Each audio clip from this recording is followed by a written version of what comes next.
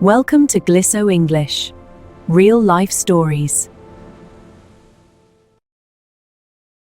Imagine looking out the window of a beautiful apartment in a wealthy country, holding a clean glass of water. But instead of feeling happy, you feel a deep, heavy sadness, because thousands of miles away, your family is sitting in the dark, waiting for the electricity to turn on. This is a real-life struggle that many immigrants and expats face every single day. It is called the better life guilt. In today's story, we follow Amina as she navigates the painful gap between her successful new life in Toronto and her family's daily survival back home. Through this story, you will learn deep, meaningful English vocabulary to express complex emotions, family dynamics, and real-world challenges. Let's begin Chapter 1. Amina looks out the window of her high-rise apartment in Toronto. Down below, the street lights are bright and the city hums with endless electricity. She pours a glass of clean, cold water straight from the kitchen tap. It is a simple, everyday action, but it makes her throat tighten with emotion. On her phone, a message from her younger brother, Tariq, flashes on the screen. "The power grid failed again. No lights for 3 days," the message reads. Amina sits down at her modern dining table, staring at the glowing smartphone. She looks around her warm, well-lit apartment and feels a familiar weight in her chest.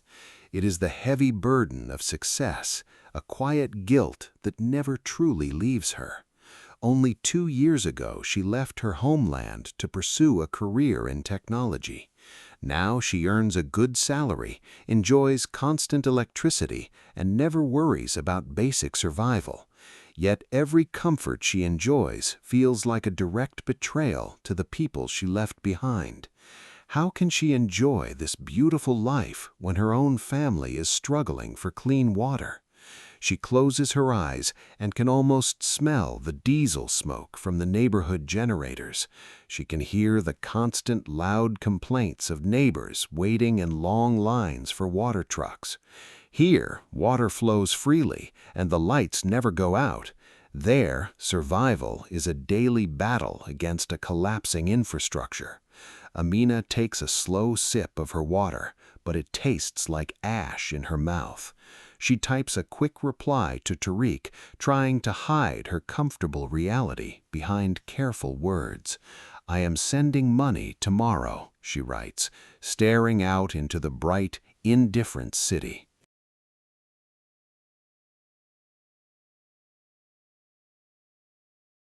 The next morning, Amina walks into her bright, modern office building downtown. She rides the elevator up to the 20th floor, surrounded by people holding premium coffees. At her desk, she logs into her computer and prepares for the morning team meeting. Her colleagues sit around a large oak table, reviewing the latest cloud computing projects. Suddenly, a coworker sighs loudly and complains about the slow internet speed in the building. Another colleague nods in agreement, upset that the office espresso machine is temporarily broken. Amina listens to their complaints quietly, feeling a strange distance between herself and the team. To her colleagues, a slow internet connection feels like a major crisis.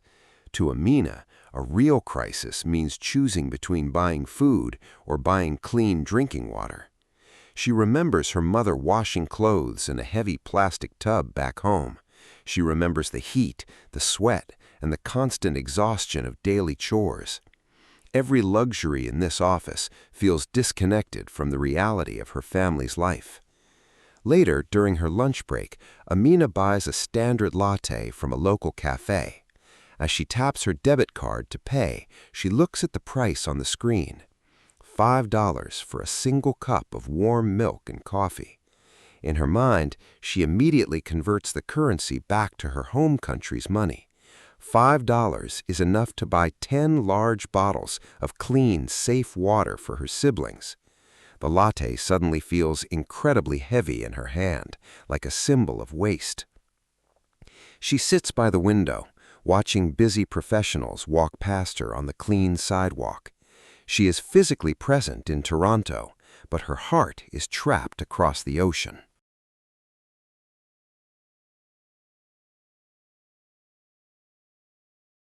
Friday is payday, which means the monthly routine of sending financial support begins. Amina sits on her couch, her laptop resting heavily on her lap. She logs into her online banking app and looks at her fresh monthly salary. It is a good amount of money, the reward for her hard work and long hours. Yet seeing the numbers on the screen does not bring her any sense of joy.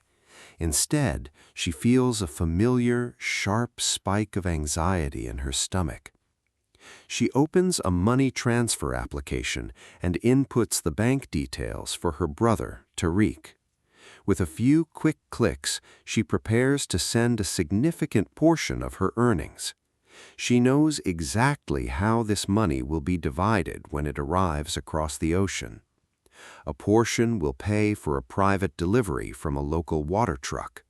Another portion will purchase expensive fuel for the neighborhood diesel generator. The rest will go toward basic medical supplies and rising grocery bills for her family. She stares at the confirmation button, her finger hovering over the mousepad. She knows that this money will provide temporary relief, but it will not fix the broken system. It's a bandage on a deep wound, a brief moment of comfort in a permanent struggle. She clicks the button, and the digital funds disappear instantly from her account. She looks around her quiet, comfortable apartment, feeling completely emotionally drained. She wonders why she was the lucky one who managed to escape the hardship. She wonders if she has the right to build a personal future here while staying tethered to survival there. The money is gone, but the heavy weight of the unspoken guilt remains.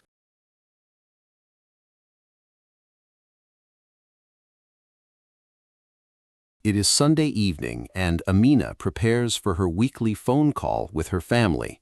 She sits near the window, holding her phone tightly as she dials her brother, Tariq. The line rings for a long time before a crackling, unstable connection finally connects. Immediately, the loud, rhythmic thumping of a diesel generator fills the background of the call. The sound is deafening, a constant reminder of the energy crisis gripping her hometown. Tariq answers, his voice sounding incredibly distant and muffled through the poor cellular reception. "Amina, can you hear me?" he shouts over the mechanical roar of the neighbor's machine. "Yes, I can hear you, Tariq. How are you? How's Mom?" she asks, raising her voice. Tariq sighs, trying to sound cheerful, but the deep exhaustion in his voice is unmistakable. He explains that the local water utility pipe broke again, flooding the street with mud. As a result, the price of clean water from the private delivery trucks has doubled this week. He expresses immense gratitude for the money transfer she sent on Friday, saying it saved them. "Without your help, Amina, we would be drinking boiled river water this week," he says quietly. Amina feels a sharp pang of sorrow, her comfortable apartment suddenly feeling like a prison of privilege. Tariq changes the subject, asking enthusiastically about her life, her job, and her beautiful apartment. Amina looks at her modern kitchen, her working refrigerator, and the bright lights above her. She hesitates, deliberately downplaying her comfort because she feels deeply ashamed to describe it to him. "Everything is just okay here, Tariq. It is just a lot of work," she lies gently. She disconnects the call an hour later, the silence of her apartment feeling incredibly loud. She realizes she is building a wall of secrets between herself and the people she loves most.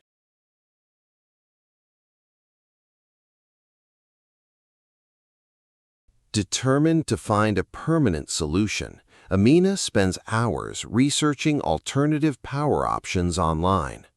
She wants to give her family something better than expensive, toxic diesel generator fuel.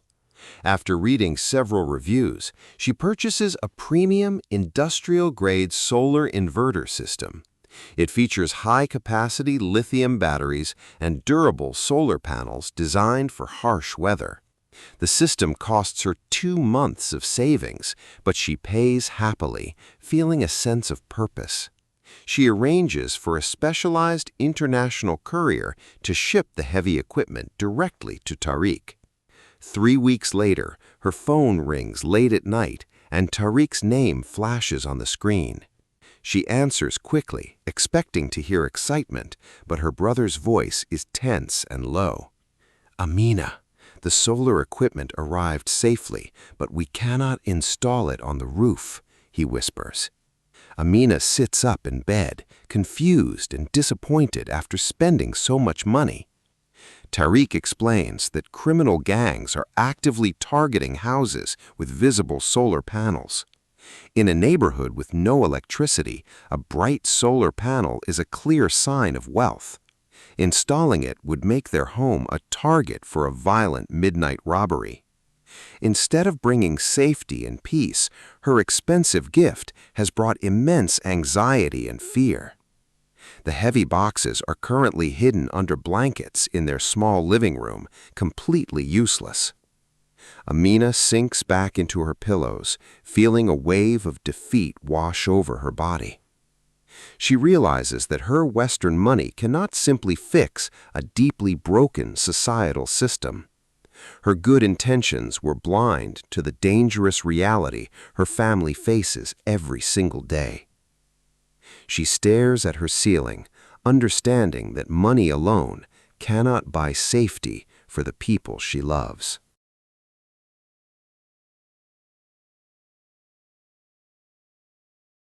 The disappointment of the solar project marks a turning point in Amina's daily life. The persistent guilt begins to change how she lives inside her own apartment. She starts turning off her lights at night, sitting alone in the living room. She stops buying fresh groceries, choosing instead to eat basic meals to save extra money. When her friends invite her out for dinner downtown, she makes up an excuse to stay home. She feels like she does not deserve to enjoy the simple pleasures of a free society. One morning, her manager calls her into a private meeting room at the office. The manager smiles warmly and praises Amina for her incredible dedication and analytical skills.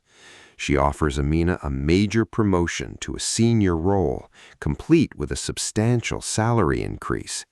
Instead of feeling proud or excited, Amina feels a sudden sharp panic attack coming on. Her chest tightens, and she struggles to breathe normally as her manager speaks. In her mind, the promotion feels like an anchor pulling her further away from her family. She feels like she is climbing higher into luxury, while her siblings are sinking into poverty. She thanks her manager politely, but asks for a few days to consider the official offer. That evening, she sits on the floor of her kitchen, staring at the running tap water. The contrast between her rising career and her family's stagnant reality is completely paralyzing. She is trapped in a mental prison, punishing herself for a success she worked hard to achieve. She realizes she cannot appreciate her own achievements while her mind is consumed by shame.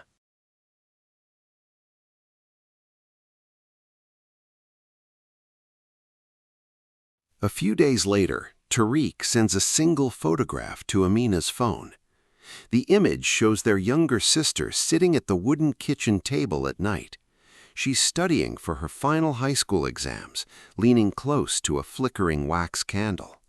The room behind her is completely dark, cold, and shadowed by the endless blackout. Amina looks at the photograph while sitting in her warm, brightly lit Toronto apartment. The extreme contrast between her comfort and her sister's struggle breaks something inside her. Tears stream down her face, splashing onto the clean surface of her smartphone screen. she immediately dials Tariq's number, unable to carry the heavy emotional burden alone any longer. When he answers, Amina breaks down sobbing, her voice shaking with intense emotion. "I'm so sorry, Tariq. I feel absolutely terrible living like a queen here while you suffer," she cries. She confesses everything: the guilt, the dark apartment, the refused dinners, and the terrifying promotion panic. There is a long, heavy silence on the other end of the crackling telephone line. When Tariq finally speaks, his voice is not angry, but it sounds deeply hurt and disappointed. "Amina, do you think our lives are just a sad story for you to pity?" he asks quietly. He explains that hearing about her misery does not bring them clean water or electricity. Instead, hearing that she's suffering in a beautiful country makes their own sacrifices feel worthless. "We sent you there to build a future, not to hide in the dark," Tariq says firmly. Amina sits in silence, realizing her guilt was not helping her family at all. She saw that her shame was actually pulling them down instead of lifting them up.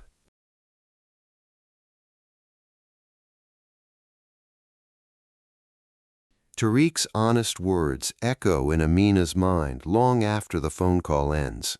For the first time, she views her success through her brother's eyes instead of her own shame. She realizes that her family did not sacrifice their savings just for her to feel miserable in Canada. The next day, she calls Tariq again, determined to listen without letting her guilt interrupt. Tariq speaks openly about the family's true expectations and hopes for her future. "When you tell us about your clean apartment and your good job, it gives us hope," he explains. "Your achievements are the only proof that hard work can actually lead to a better life." He tells her that looking at her success helps the family endure the daily hardships of the blackouts. Amina listens quietly, a profound shift occurring in her understanding of the situation. She understands that her guilt was a selfish emotion that isolated her from her loved ones. By hiding her comfortable reality, she was denying her family the joy of her success. "We do not need your pity, Amina. We need your strength and your clear mind," Tariq says gently. The heavy weight in her chest begins to lift, replaced with a new sense of responsibility. She walks into her office the following morning with a completely different mindset. She schedules a meeting with her manager and officially accepts the senior promotion offer. She accepts the higher salary, no longer viewing it as a symbol of betrayal. Instead, she sees the financial increase as a powerful tool to create real change. She promises herself to stop hiding in the dark and start acting with purpose.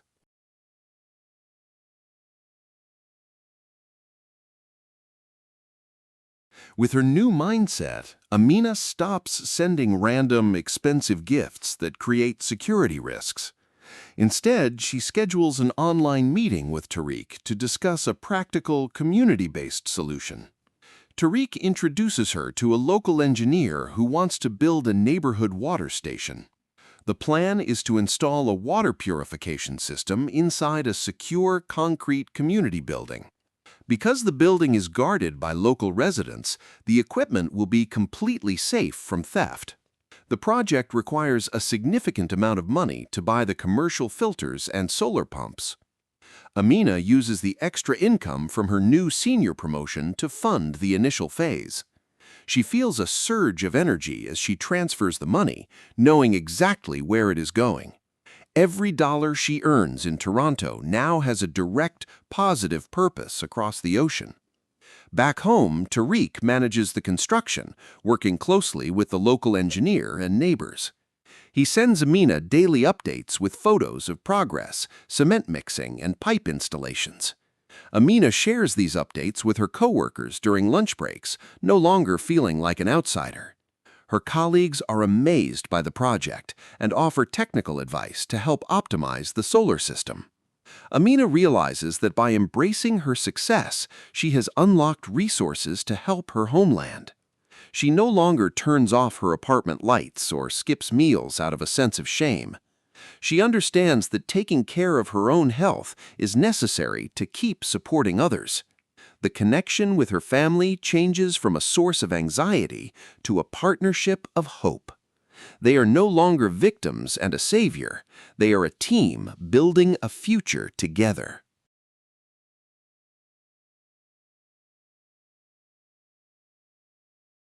Six months later, Amina stands by her apartment window on a cold Toronto evening.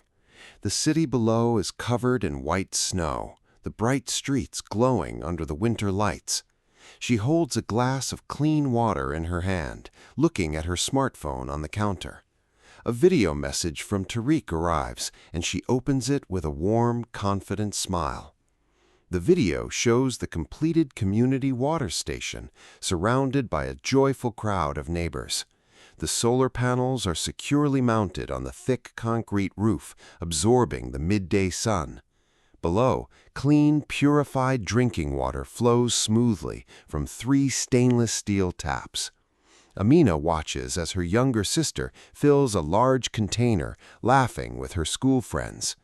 Tariq turns the camera toward his own face, his eyes bright and full of deep gratitude.